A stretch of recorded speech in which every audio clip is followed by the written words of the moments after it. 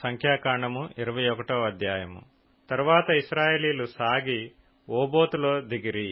ఓబోతులో నుండి వారు సాగి సూర్యోదయ దిక్కున అనగా మోయాబు ఎదుట అరణ్యమందలి ఈయే అబారీము నొద్ద దిగిరి. అక్కడ నుండి వారు సాగి జెరెదు లోయలో దిగిరి. అక్కడ నుండి వారు సాగి అమోరీయుల పొలిమేరల నుండి వచ్చి ప్రవహించి అరణ్యమందు సంచరించు అర్నోను అద్దరిని దిగిరి. అర్నోను మోయాబీయులకును అమోరీయులకును మధ్య నుండి మోయాబు సరిహద్దు. కాబట్టి యెహోవా సుడిగాలి చేతనైనట్టు నాహేబును అర్నోనులో పడు ఏరులను 6 దేశ నివాస స్థలమునకు తిరిగి మోయాబు ప్రాంతములకు సమీపముగా ప్రవహించు ఏరుల మడుగులను పట్టుకొనెనను మాట యెహోవా యుద్ధముల గ్రంథములో రాయబడి ఉన్నది. అక్కడ నుండి వారు బేయేరుకు వెళ్లిరి. యెహోవా జనులను పోగు చేయము, నేను వారికి నీళ్లనిచ్చేదనని మోషేతో చెప్పిన బావి అది. అప్పుడు ఇశ్రాయేలీలు ఈ పాట పాడిరి. బావి ఉబుకుము, దాని కీర్తించుడి. బావి ఏలికలు దాన్ని త్రవ్విరి. తమ అధికార దండముల చేతను కర్రల చేతను జనుల అధికారులు దానిని త్రవ్విరి. వారు అరణ్యము నుండి మత్తానుకును, మత్తాను నుండి నహలీయేలుకును, నహలీయేలు నుండి బామోతుకును, మోయాబు దేశమందలి లోయలోనున్న బామోతు నుండి ఎడారికి ఎదురుగానున్న పిస్గా కొండకు వచ్చిరి. ఇశ్రాయేలీలు అమోరీయుల రాజైన సీహోను నొద్దకు దూతలను పంపి, మమ్మును నీ దేశములో బడి వెళ్లనిమ్ము, మేము పొలములకైనను ద్రాక్ష తోటలకైనను పోము, బావుల నీళ్లు త్రాగము, మేము నీ పొలిమేరలను దాటు వరకు రాజమార్గములోనే నడిచిపోదుమని అతనితో చెప్పించిరి. అయితే సీహోను ఇశ్రాయేలీలను తన పొలిమేరలను దాటనియ్యలేదు. మరియు సీహోను తన సమస్త జనమును కూర్చుకొని ఇశ్రాయేలీలను ఎదుర్కొనుటకు అరణ్యములోనికి వెళ్లి యాహాజుకు వచ్చి ఇశ్రాయేలీలతో యుద్ధము చేసెను. ఇశ్రాయేలీలు వానిని కత్తివాత హతము చేసి వాని దేశమును అర్నోను మొదలుకొని ఎబ్బోకు వరకు అనగా అమ్మోనీయుల దేశము వరకు స్వాధీనపరుచుకొనిరి. అమ్మోనీయుల పొలిమేర దుర్గమమైనది. అయినను ఇశ్రాయేలీలు ఆ పట్టణములన్నిటినీ పట్టుకొనిరి. ఇశ్రాయేలీలు అమోరీయుల పట్టణములన్నిటిలోనూ హెష్బోనులోను దాని పల్లెలన్నిటిలోనూ దిగిరి. హెష్బోను అమోరీయుల రాజైన సీహోను పట్టణము. అతడు అంతకు మునుపు మోయాబు రాజుతో యుద్ధము చేసి అర్నోను వరకు వాని దేశమంతయు పట్టుకొనెను. కాబట్టి సామెతలు పలుకు కవులు ఇట్లు చెప్పుదురు: హెష్బోనుకు రండి, సీహోను పట్టణమును కట్టవలెను, దానిని స్థాపింపవలెను. హెష్బోను నుండి అగ్ని బయలు వెళ్లెను, సీహోను పట్టణము నుండి జ్వాలలు బయలు వెళ్లెను. అది మోయాబునకు చేరిన 6 దేశమును కాల్చెను. అర్నోను యొక్క ఉన్నత స్థలముల ప్రభువులను కాల్చెను. మోయాబు, నీకు శ్రమ! కెమోషు జనులారా, మీరు నశించితిరి. తప్పించుకొనిన తన కుమారులను తన కుమార్తెలను అతడు అమోరీయుల రాజైన సీహోనుకు చెరగా ఇచ్చెను. వాటి మీద గురిపెట్టి కొట్టితిమి. దీబోను వరకు హెష్బోను నశించెను. నోఫహు వరకు దాని పాడు చేసితిమి. అగ్ని వలన మేదెబా వరకు పాడు చేసితిమి. అట్లు ఇశ్రాయేలీలు అమోరీయుల దేశములో దిగిరి. మరియు యాజెరు దేశమును సంచరించి చూచుటకై మోషే మనుషులను పంపగా వారు దాని గ్రామములను వశము చేసుకొని అక్కడనున్న అమోరీయులను తోలివేసిరి. వారు తిరిగి బాషాను మార్గముగా వెళ్లినప్పుడు బాషాను రాజైన ఓగును అతని సమస్త జనమును ఎద్రెయిలో యుద్ధము చేయుటకు వారిని ఎదుర్కొన బయలుదేరగా యెహోవా మోషేతో ఇట్లనెను: అతనికి భయపడకుము, నేను అతనిని అతని సమస్త జనమును అతని దేశమును నీ చేతికి అప్పగించితిని. నీవు హెష్బోనులో నివసించిన అమోరీయుల రాజైన సీహోనుకు చేసినట్లు ఇతనికిని చేయుదువు. కాబట్టి వారు అతనిని అతని కుమారులను అతనికి ఒక్కడైనను శేషించకుండా అతని సమస్త జనమును అతని దేశమును స్వాధీనపరుచుకొనిరి. సంఖ్యాకాండము 22వ అధ్యాయము. తరువాత ఇశ్రాయేలీలు సాగి యెరికోకు ఎదురుగా యొర్దాను తీరముననున్న మోయాబు మైదానములలో దిగిరి. సిప్పోరు కుమారుడైన బాలాకు ఇశ్రాయేలీలు అమోరీయులకు చేసినదంతయు చూచెను. జనము విస్తారముగానున్నందున మోయాబీయులు వారిని చూచి మిక్కిలి భయపడిరి. మోయాబీయులు ఇశ్రాయేలీయులకు జంకిరి. మోయాబీయులు మిద్యాను పెద్దలతో ఎద్దు బీటి పచ్చికను నాకివేయునట్లు ఈ జనసమూహము మన చుట్టూ ఉన్నది, యావత్తునూ ఇప్పుడు నాకివేయుననిరి. ఆ కాలమందు సిప్పోరు కుమారుడైన బాలాకు మోయాబీయులకు రాజు. కాబట్టి అతడు బెయేరు కుమారుడైన బిలామును పిలుచుటకు అతని జనుల దేశమందలి నది యొద్దనున్న పెతోరుకు దూతల చేత ఈ వర్తమానము పంపెను. చిత్తగించుము, ఒక జనము ఐగుప్తులో నుండి వచ్చెను. ఇదిగో వారు భూతలమును కప్పి నా ఎదుట దిగియున్నారు. కాబట్టి నీవు దయచేసి వచ్చి నా నిమిత్తము ఈ జనమును శపించుము. వారు నాకంటే బలవంతులు, వారిని హతము చేయుటకు నేను బలమొందుదునేమో. అప్పుడు నేను ఈ దేశములో నుండి వారిని తోలివేయుదును. ఏలయనగా నీవు దీవించువాడు దీవింపబడుననియు శపించువాడు శపించబడుననియు నేనెరుగుదును. కాబట్టి మోయాబు పెద్దలను మిద్యాను పెద్దలను సోదె సొమ్మును చేతపట్టుకొని బిలాము నొద్దకు వచ్చి బాలాకు మాటలను అతనితో చెప్పగా, అతడు వారితో, ఈ రాత్రి ఇక్కడనే ఉండుడి, యెహోవా నాకు సెలవిచ్చిన మాటలను నేను తిరిగి వచ్చి మీతో చెప్పెదనెను. అప్పుడు మోయాబు అధికారులు బిలాము నొద్ద బస చేసిరి. దేవుడు బిలాము నొద్దకు వచ్చి, నీ యొద్దనున్న ఈ మనుషులు ఎవరని అడగగా, బిలాము దేవునితో ఇట్లనెను, సిప్పోరు కుమారుడైన బాలాకను మోయాబు రాజు. చిత్తగించుము, ఒక జనము ఐగుప్తు నుండి బయలుదేరి వచ్చెను. వారు భూతలమును కప్పుచున్నారు. నీవు ఇప్పుడే వచ్చి నా నిమిత్తము వారిని శపింపుము. నేను వారితో యుద్ధము చేసి వారిని తోలివేయుదునేమో అని వీరి చేత నాకు వర్తమానము పంపెను. అందుకు దేవుడు, నీవు వారితో వెళ్లకూడదు, ఆ ప్రజలను శపింపకూడదు, వారు ఆశీర్వదింపబడిన వారు అని బిలాముతో చెప్పెను. కాబట్టి బిలాము ఉదయమున లేచి బాలాకు అధికారులతో, మీరు మీ స్వదేశమునకు వెళ్ళుడి, మీతో కూడా వచ్చుటకు యెహోవా నాకు సెలవీయనని చెప్పుచున్నాడనగా, మోయాబు అధికారులు లేచి బాలాకు నొద్దకు వెళ్లి, బిలాము మాతో కూడా రానుల్లడాయననిరి. అయినను బాలాకు వారికంటే బహు ఘనత వహించిన మరి ఎక్కువ మంది అధికారులను మరలా పంపెను. వారు బిలాము నొద్దకు వచ్చి అతనితో, నీవు దయచేసి నా యొద్దకు వచ్చుటకు ఏమీయూ అడ్డము చెప్పకుము, నేను నీకు బహు ఘనత కలుగజేసేదను. నీవు నాతో ఏమి చెప్పుదువో అది చేసేదను గనుక నీవు దయచేసి వచ్చి నా నిమిత్తము ఈ జనమును శపించుమని సిప్పోరు కుమారుడైన బాలాకు చెప్పెననిరి. అందుకు బిలాము, బాలాకు తన ఇంటెడు వెండి బంగారములను నాకిచ్చినను, కొద్ది పని అయినను గొప్ప పని అయినను చేయునట్లు నేను నా దేవుడైన యెహోవా నోటి మాట మీరలేను. కాబట్టి మీరు దయచేసి ఈ రాత్రి ఇక్కడ నుండుడి, యెహోవా నాతోనికనేమి చెప్పునో నేను తెలుసుకుందునని బాలాకు సేవకులకు ఉత్తరమిచ్చెను. ఆ రాత్రి దేవుడు బిలాము నొద్దకు వచ్చి, ఆ మనుషులు నిన్ను పిలవవచ్చిన ఎడల నీవు లేచి వారితో వెళ్ళుము.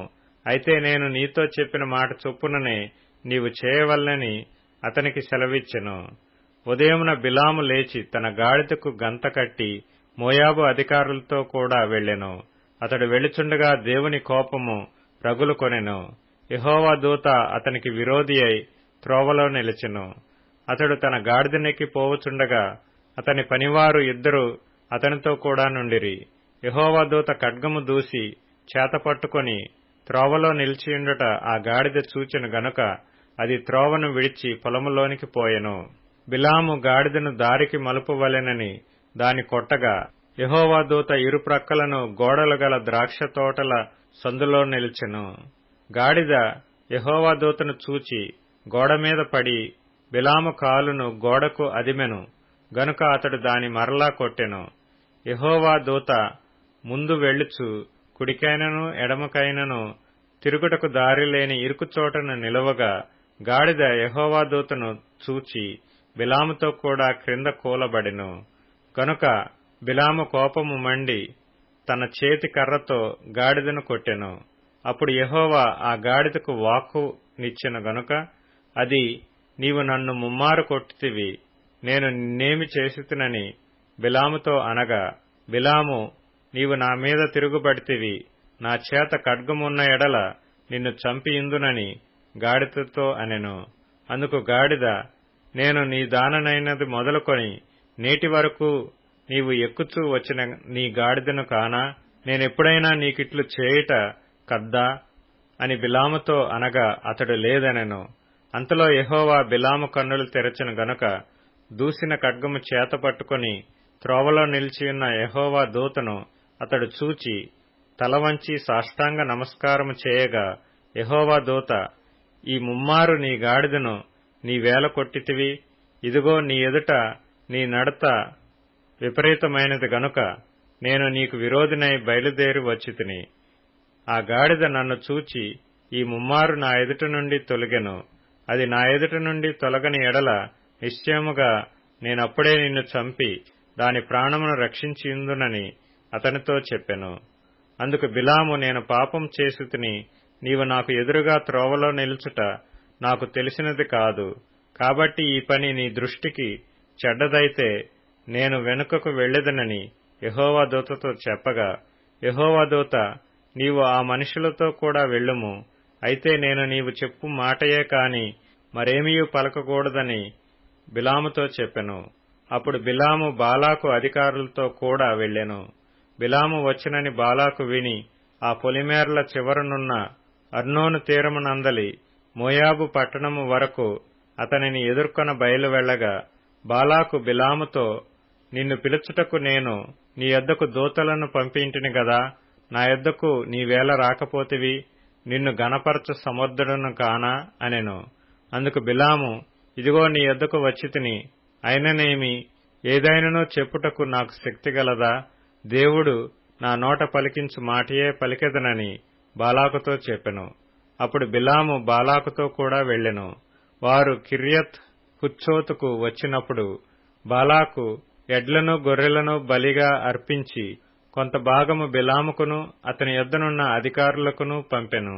మరునాడు బాలాకు బిలామును తోడుకొని పోయి బయలు యొక్క ఉన్నత స్థలముల మీద నుండి జనులను చివర వరకు చూడవలెనని అతనిని అచ్చోట ఎక్కించెను. కీర్తనల గ్రంథం 36వ కీర్తన. దేవా, నీ కృప ఎంతో అమూల్యమైనది. నరులు నీ రెక్కల నీడను ఆశ్రయించుచున్నారు. నీ మందిరము యొక్క సమృద్ధి వలన వారు సంతృప్తి నొందుచున్నారు. నీ ఆనంద ప్రవాహములోనిది నీవు వారికి త్రాగించుచున్నావు. నీ యొద్ద జీవపు ఊట కలదు. నీ వెలుగును పొందియే మేము వెలుగు చూచుచున్నాము. నిన్ను ఎరిగిన వారి ఎడల నీ కృపను, యథార్థ హృదయుల ఎడల నీ నీతిని ఎడతెగక నిలుపుము. గర్విష్ఠుల పాదమును నా మీదికి రానీయకుము. భక్తిహీనుల చేతిని నన్ను పారదోలనీయకుము. అదిగో, పాపం చేయువారు అక్కడ పడియున్నారు, లేవలేకుండా వారు పడద్రోయబడియున్నారు. సామెతల గ్రంథం 8వ అధ్యాయం. ఆయన ఆకాశ విశాలమును స్థిరపరిచినప్పుడు, మహాజలముల మీద మండలమును నిర్ణయించినప్పుడు నేనక్కడ నుంటిని.